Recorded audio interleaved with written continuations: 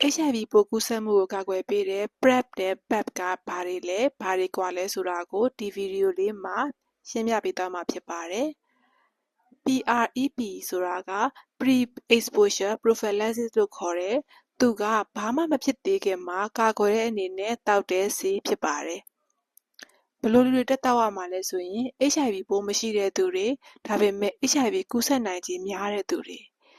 ကိုယ့်ရဲ့ပါတနာက HIV ပိုးရှိနေရင်တောက်ရမယ်။အမျိုးသားချင်းချင်းချစ်ခင်ဆုံမက်တဲ့သူတွေနောက်ပြီး Female Sex Worker လို့ခေါ်တဲ့လိင်လုပ်သားတွေအကျောထဲကိုမူးယစ်ဆေးဝါးသွင်းတဲ့သူမျိုးတွေအတူနေသူများပြီးတော့ကွန်ဒုံမသုံးတဲ့သူမျိုးတွေနေ့စဉ်မပြတ်မကွက်တောက်ရမှာဖြစ်တဲ့ပြက်ကွက်သွားခဲ့ရင်ကူးနိုင်တဲ့အခြေအနေရှိပါတယ်။တကယ်လို့ကူးစက်နိုင်ခြင်းမရှိတော့ရင်တော့ဆေးကိုဆက်မတောက်လို့ရတယ်။နေ့စဉ်တောက်တဲ့အတွက်သွေးထဲမှာဆေးကလုံလောက်တဲ့ကာကွယ်မှုပမာဏကိုရောက်သွားပြီးတော့ HIV ပိုးရောက်လာရင်ခန္ဓာကိုယ်တစ်ရှူးထဲကိုမဝင်အောင်ကာကွယ်ပေးတယ်။90%အထိကာကွယ်ပေးနိုင်တယ်။ဆေးရဲ့ဘေးထွက်ဆိုးကျိုးတွေကတော့မပြောပလောက်ဘူး။ပြို့အန်တာ၊ခေါင်းမူးတာ၊ခေါင်းနှောက်တာမျိုးတွေရှိတတ်တယ်။ PEP/PEP ဆိုတာက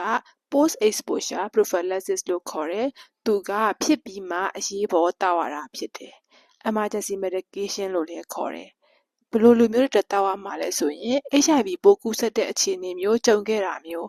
အကာအကွယ်မပါဘဲနဲ့လိင်ဆက်ဆံမိတာမျိုးဆေးရုံဆေးခန်းတွေမှာမတော်တဆအပ်စုမိတာ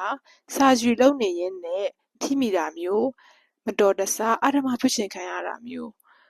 ပြီး82နာရီအတွင်းတောက်ရမှာဖြစ်တယ်။စောနေသမျှစောစောတောက်နိုင်ရင်တော့ပိုကောင်းတယ်။28ရက်တိတိဇက်တိုင်းတောက်ရမှာဖြစ်တယ်။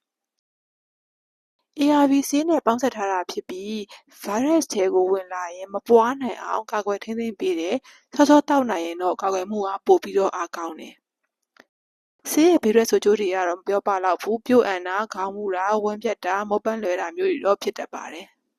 သုံးတိကြည့်ပေးတဲ့အတွက်ကျေးဇူးတင်ပါတယ်။နောက်ဗီဒီယိုလေးတွေမှာလည်းကျန်းမာရေးနဲ့ပတ်သက်လို့ sharing လေးတွေလုပ်သွားပြီးမှဖြစ်တဲ့အတွက်ဒီ page လေးကို like and follow လုပ်ပေးဖို့လည်းမမေ့နဲ့နော်။သိချင်တာလေးတွေရှိရင်လည်းအောက်က comment မှာရေးပေးသွားပါဦး။